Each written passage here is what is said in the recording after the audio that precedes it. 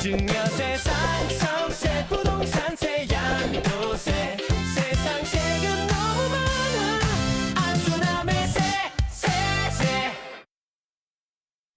네, 프레스룸에서 새롭게 선보이는 코너입니다. 국내 세무 분야의 베테랑 중에 베테랑이시죠? 안수남 세무사와 함께 이야기를 해보도록 하겠습니다. 세상의 세금 상식을 상세하게, 세세하게 알려드리는 안수남의 쎄쎄쎄로 저희가 준비해봤습니다. 안수남 세무사님 모셨습니다. 어서 오세요. 네, 안녕하세요. 반갑습니다. 네. 오랜만에 또 모셨는데 앞으로는 종종 부탁을 좀 드리게 될 것 같습니다. 네, 자주 뵙도록 하겠습니다. 네, 저희가 상속세, 증여세, 양도세 해가지고 쎄쎄쎄 이렇게 코너명을 만들어봤는데 어떻게 마음에 드시나요? 아유, 너무 감사합니다. 예. 감사하실 것까지는 없고 저희가 이제 앞으로 유익한 말씀을 좀 부탁드린다는 차원에서 감사 말씀을 먼저 드리겠습니다. 네, 감사합니다. 자, 첫 시간입니다. 오늘은 이 세금 폭탄 없이 가족 간에 안전하게 증여하는 방법이라고 주제를 잡고 한번 이런저런 이야기 나눠보도록 하겠습니다. 이제 국세청장도 바뀌면서 국세청이 강도 높게 세무조사를 하겠다 이런 예고, 보도도 연일 이어졌습니다. 일반에서도 긴장을 좀 하고 있는 부분이 일단 부모 자식 간에 주는 생활비, 용돈 이런 것들은 흔한 일이잖아요. 네. 여기에도 증여세 폭탄을 맞을 수 있다 이런 우려가 있는데 실상이 좀 어떤가요? 근데 지금 이런 얘기들이 거의 유튜브에서부터 발생된 것 같아요. 예, 너무 이제 좀 예민하게들 지금 말씀들을 하고 계시는 것 같은데. 가짜 뉴스가 좀 포함되어 있을 수 있다. 맞습니다. 예, 일반적으로 자녀들이 부모로 받던 용돈이라든지 생활비라든지 교육비라든지 이런 거는 증여세 과세 대상이 아니에요. 부양 의무가 있는 자녀들한테 주는 돈들인데 그건 당연히 증여세 과세 대상이 아니죠. 비과세 대상으로 명시가 돼 있고요. 다만 그걸 생활비 명목 용돈 메모로 받았는데 예, 우리가 용돈을 500만 원밖에 안 쓰는데 1,000만 원 줬어요. 그리고 500만 원 모아서 그걸 주식 투자를 한다든지 비트코인 투자를 한다든지 부동산을 산다든지 그러면 자산 형성이 돼버리지 않습니까? 이거는 당연히 증여세 과세가 되겠죠. 그러니까 사회 통념이라는 것이 있는데 일반적으로 누구나 비용으로 쓸 용돈으로 쓸 만큼의 금액이라면 문제가 되지 않는다. 그걸 초과한 금액을 또 자녀들이 모아가지고 자산 투자에 형성되면은 그건 증여다. 이렇게 이해를 하시면 될 것 같습니다. 전반적으로 오늘 계속 반복하게 될 이야기일 것 같아요. 이제 이 자금의 출처가 이게 나중에는 종국의 자산 형성으로 쓰이는 그런 목적이 됐다면 맞습니다. 여기에 대해서 이제 문제가 될 소지가 있고 이제 사회 통념상 문제가 된다는 부분 말씀하셨잖아요. 이거 이제 좀 기준이 모호하게 느껴질 수도 있을 것 같아서. 모호하니까 그거는 통상적으로 각자 갖고 있는 자산 규모, 또 생활비 평상시 규모 이런 것들이 공통적으로 이제 적용되겠죠. 네, 그래서 일률적으로 말할 수가 없어요. 금액이 100만 원이다, 200만 원, 300만 원 말할 수 없는 것이 그런 기준 때문에 그렇습니다. 어떤 흐름이라든지 일반적인 추세를 좀 살펴봐야 된다 말씀이실 텐데. 그렇습니다. 자, 어떤 상황이 또 문제가 될 수 있는지 가족 간의 돈 거래 하나하나 조금 더 드려보도록 하겠습니다. 일단 직계존비속 같은 경우는 이제 과세 한도가 비과세 한도가 미성년 2천만 원, 성년의 경우 5천만 원이고 5천만 원이죠. 그 외에 이제 친족 간 거래는 1,000만 원인데 조카나 손주들에게 용돈 주는 경우도 있잖아요. 이 경우에 문제가 되는 건 어떤 걸까요? 실무적으로는 사실상 세무조사에 거의 문제가 안 돼요. 이것도요? 예, 친인척 간에서 기타 공제에 대해서는 친족 공제가 1,000만 원 이 정도 있거든요. 그래서 이 공제 범위 내에서 10년 안에 주어든 돈들이기 때문에 친족이 만나서 준다 해봐야 1년에 한 50만 원, 100만 원 주지 200만 원, 300만 원씩 누적적으로 줄 리는 없지 않습니까? 그래서 다 모아봐야 그것이 계좌이체된 것도 아니고 현금으로 지급됐다면 모아진 돈들 규모 자체가 증여세 과세 대상 금액까지는 거의 나오질 않습니다. 그래서 친인척이 준 자금 준 돈 가지고 증여세 과세되는 사례가 없는데 그거를 삼촌이 주는 형식을 빌려가면서 어떤 주택을 사면서 자금 출처 대상 금액으로 분산해서 증여하는 경우가 오히려 이제 탈세 방식으로 활용되는 거죠. 악용되는 그런 경우가 문제가 되지 상식적으로 주는 돈들 가지고 시비 걸리거나 문제될 일은 거의 없습니다. 액수 가지고 그냥 문제가 될 일은 없을까요? 이제 거의 10년간 1,000만 원이면 이제 1년당 평균으로 환산하면 100만 원 꼴이니까. 그렇습니다. 그 이상을 넘어가다 한 2, 300만 원 정도를 1, 2년 이상 연달아 준다면 그냥 그 제가 자체로 세무공무원하고 세무사 50년을 했는데 그런 경우에 과세된 사례를 단 한 건도 본 적이 없다고요. 그러니까 이게 후에 이제 문제가 됐을 만에 하나를 얘기를 하고 있는데 실무적으로 일어나지는 않는다. 이렇게 이해하시면 되겠습니다. 너무 크게 우려할 필요는 없겠습니다. 그렇습니다. 그래도 저희가 이제 높아심이 계속 이제 따져보고 좀 여쭤봐야 될 부분들인데 자녀와 자녀가 아닌 친족 간 거래 이야기해봤고 이번엔 부부 간의 돈 거래.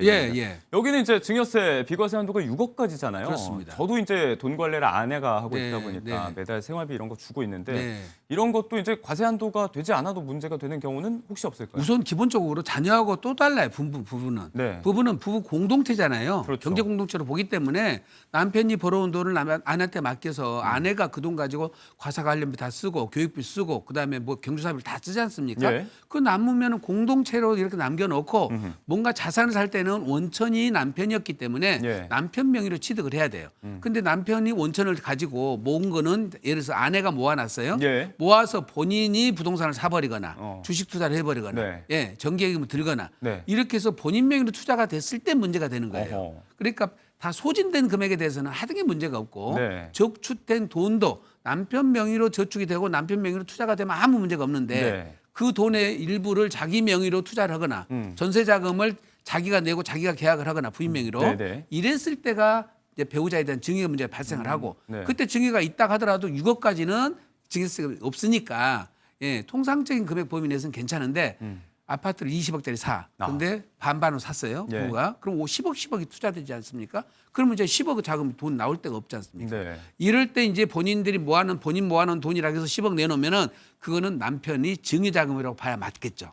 예, 그럴 때만 문제가 된다는 겁니다. 네. 이제 뭐 명의자도 중요하겠네요. 추후에 중요합니다, 이제 자산 그거는. 취득에 있어서. 예, 부부 별산제이기 때문에 우리 민법에서는 네. 소유자 명의로 취득을 하면 소유자 것이 돼버리기 때문에 그거는 네, 명의신탁했다고 볼 수가 없어서 네. 그때는 증여라고 볼 수가 있어야죠. 네. 뭐 일반적인 경우처럼 생활비를 주고받고 이게 나중에 뭐 부동산 취득이라든지 자산 형성에 또 쓰일 수도 있지만 이때 네. 주체가 누구냐에 따라서 문제가 될 수 명의를 있다. 누구로 해놓냐가 굉장히 네. 중요하다는 거죠. 한번 네. 좀 요거는 좀 따져보고 좀 생각을 해둬야 될 부분이겠습니다. 그렇습니다. 예. 뭐 이제 그런 경우가 거의 없다고는 하셨지만 만약에 네. 가족 간의 돈 거래가 1,000만 원 이상의 예. 계좌이체가 뭐 한 번에 발생했다든지 네. 이런 경우에는 지금 어떤가요? 지금 국세청이 강도 높은 세무조사 예고하고 우선 기본적으로 있는데. 계좌이체라는 것은요. 예. 투명하게 거래가 있는 거거든요. 계좌와 계좌로 움직이기 때문에 이 계좌이체 금액 가지고 세무조사를 받는 경우는 없어요. 네. 기본적으로 없습니다.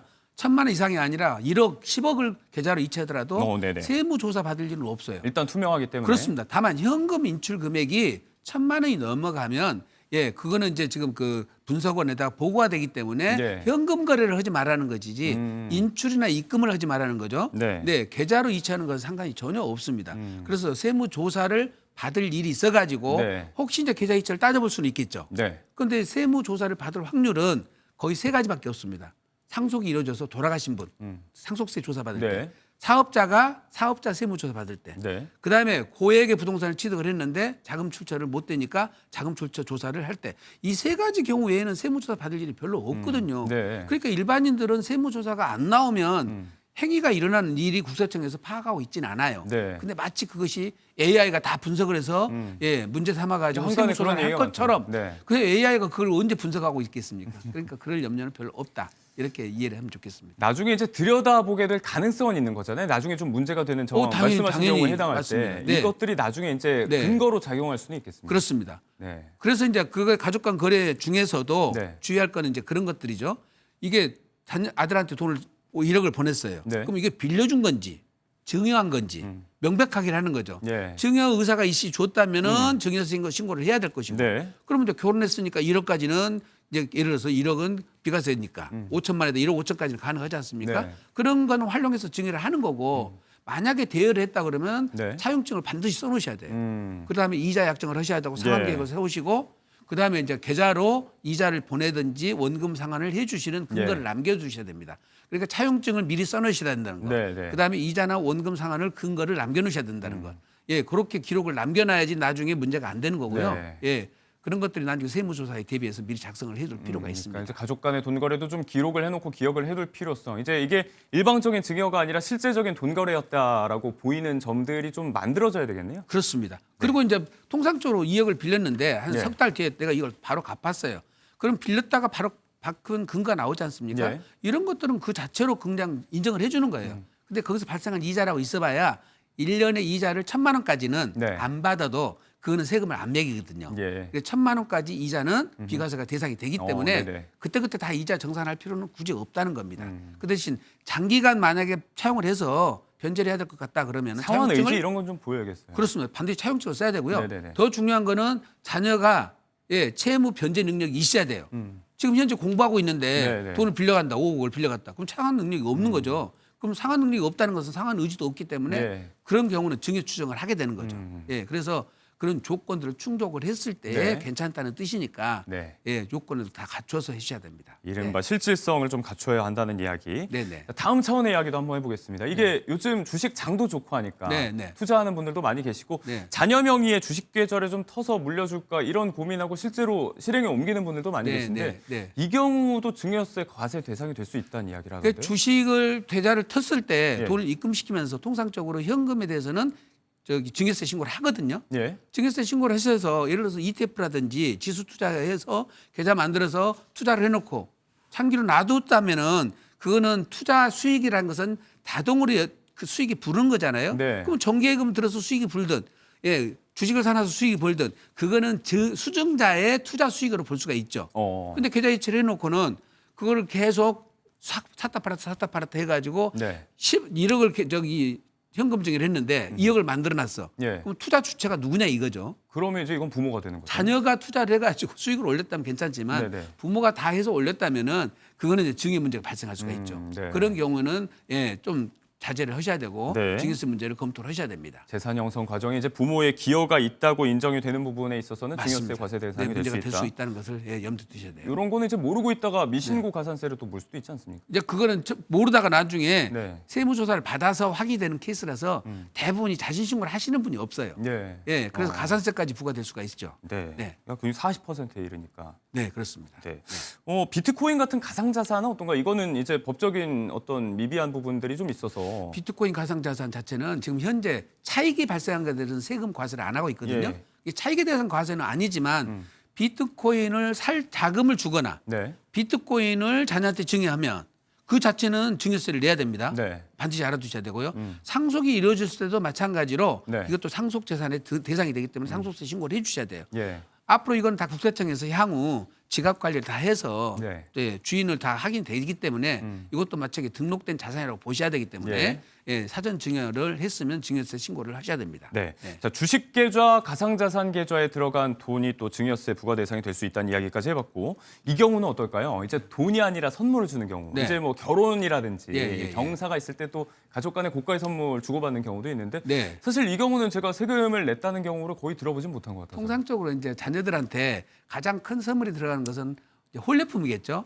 홀례품은 정확하게 세법에서도 비과세를 적용하도록 네, 되어 있습니다. 규정이 돼 있고. 예, 그러니까 거기에 무슨 냉장고를 산다든지 테레비를 산다든지 홀례 혼수로 살만한 그런 사회통념의 네. 자산들은 당연히 그런 것은 선물이라고 하고 홀례품이라고 다 비과세가 됩니다. 네. 가족 간에 또 결혼을 했다든지 또 누구는 졸업했다든지 예. 또 뭐 당선됐다든지 그런 것에 대한 선물은 일정 금액 이하까지는 다 비과세가 되고 그것이 시비 걸릴 일이 없죠. 이게 근데 일정 이제 금액이 또 있나요? 그렇죠. 제한이 있는데 무슨 문제가 있냐면 예. 한번 보세요. 그런데 결혼한다고 자녀한테 뭐 차를 사줬다든지, 네 고가의 또 좀 뭡니까 보석을 사줬다든지, 예. 예, 이런 것들은 선물이라고 보기가 힘들잖아요. 자산적 가치가 큰 거, 예. 이런 것들을 사주는 경우는 선물로 보기보다도 예, 변칙 증여라고 보는 거죠. 변칙 증여. 예, 그런 것들도 주의하셔야 됩니다. 사회 통념상 증여의 항상 형식으로 여겨질 그렇습니다. 만한 부분들. 그렇습니다. 그런 정도까지는 네. 괜찮다고 보셔야 되고요. 네. 약간 모호한 부분이 있지만 기준을 그렇게 한번 잡아보시면 좋을 것 같습니다. 네. 자, 이번에는 이제 현안 중심으로 한번 이야기를 해보겠습니다. 이제 법안 관련된 이야기인데 먼저 이야기해볼 게 상속세 완화 논의가 지금 한창 진행 중입니다. 네. 이게 대통령의 공약이기도 했고 네. 지난 취임 100일 기자회견에서도 의지를 밝힌 부분이 배우자 상속 공제 한도 기존 10억에서 18억으로 늘린다는 네. 이야기 지금 유력하게 논의되고 있는데 네. 여기엔 또 어떤 의미가 있을까요? 사실은 이제 정부 안에서는 그때 당시에 유산세 체계 지금 돌아가신 분이 남긴 재산에 대한 세금을 매기는 거를 상속 받은 사람 기준 예. 이걸 유산 취득세 체계라고 하거든요. 이렇게 과세 체계를 바꾸겠다고 했었는데 이 지금 과세 체계 변경안에 대해서는 아직까지 의견이 안 나오고 있습니다. 예. 아마 유산 취득세 체계로 좀 바뀌면 조금 세부담이 좀 많이 또 줄거든요. 예. 근데 이제 당장에 지금 아파트 하나만 팔아도 세금이 과세가 되니까 그러니까 집 한 채 이야기를 하더라고요. 그렇습니다. 남편이 돌아가셨는데 아내가 살고 있는데 그 집 팔아서 세금 낸다고 그러면 거주지로 옮겨야 되는 문제가 발생하지 않습니까? 예. 지금 현재 거의 상속세가 13, 4억만 돼도 아파트가 돼도 세금이 나오는 그런 현상 때문에 네. 그래서 배우자 공제 지금 현재 기초 공제가 5억인 거를 10억까지 올리고 네. 그다음에 일괄 공제도 지금 5억인데 지금 7억이냐 8억이냐 좀 왔다 갔다 하는 것 같아요. 네, 근데 아마 네. 8억 정도가 통과될 것 같습니다. 그래서 3억을 더 올려주면은 현재 기본 10억인 것이 18억으로 올라가지 않습니까? 네. 그러면 평균 아파트 값 정도는 예, 상속세가 없다는 거죠. 네. 그래서 아마 한 60% 정도는 걸러질 것 같아요. 상속세 내신 분들의 예, 그렇기 때문에 서민들한테 세부담이 굉장히 낮아지는데 네. 이제 주변에서 자꾸 말씀 물어보세요. 이게 언제부터 시행되냐고? 예, 이 법이라는 것은 법이 통과되고 네. 법 시행일 이후부터 적용하는데 예. 아마 12월 2일 날 법 통과될 것 같고요. 예. 시행은 내년 1월 1일부터 시행될 것 같아요. 1월 1일부터 시행된다는 의미는 네. 1월 1일 이후에 돌아가신 분들부터 적용돼요. 그 전까지 소급 10여 적용되지 월 안에 돌아가시면 종전법을 적용하고 예. 내년 1월 1일 이후에 사망하신 분들만 네. 신법 적용이 됩니다. 네, 네, 추후의 결과도 저희가 좀 네. 살펴보고 거기에 따라서 상속 전략도 좀 살펴봐야겠습니다. 그렇습니다. 예. 집값 이야기 하셨으니까 하나만 네. 좀 짧게 여쭤볼게요. 네. 이제 부동산 대책 계속 강화되고 있으니까 네. 여기에 대해서 지금 이제 세금을 왕창 물기보다 가족끼리 증여한다 이런 이야기도 네. 많이 하는데 네. 부동산 가족 간 저가 거래에 대해서 취득세율을 올린다 이런 얘기도 지금 나오고 있어요. 맞습니다. 지금 5월 9일 날 중과세가 끝나는데요. 예. 아마 중과세가 시행할 거라고 예상하시는 분들이 많으신데 제가 예측하기에는 중과세는 시행하지 못할 것 같습니다. 예. 그 시행하는 순간 매물 잔금 상승 때문에 집값이 폭등하거든요. 반발이 우려돼요. 네, 그렇습니다. 근데 10억짜리를 지금 5억에 거래하면 5억 자체를 옛날에는 이거 자체를 무상 거래를 해서 네. 세금을 3.5% 했는데 이걸 전체를 이게 지금 이제 확정되지는 않았습니다만은 현재의 낮은 가액으로 거래를 하면은 이 전체를 증여로 봐서 조정 대상 지역의 경우는 중과세가 되거든요. 예. 12.4%가 되고 12%까지, 네. 국민주택 규모 초과하는 것은 13.4%까지 됩니다. 예. 그래서 내년에 이제 안돼 법이 만들어져 봐야 정확히 알겠지만은 네. 그래서 현재의 낮은 거래로 하시면 안 되고 법이 허용되는 범위 내에서 네. 가액을 낮춰서 거래를 하셔야만이 네. 정상적으로 매매로 인정받을 것 같습니다. 네, 알겠습니다. 현안 중심의 세법 개정 얘기까지 오늘 첫 선을 보인 안수남의 쎄쎄쎄 안수남 세무사님 모시고 이런저런 이야기 나눠봤습니다. 오늘 시간 내주셔서 고맙습니다. 네.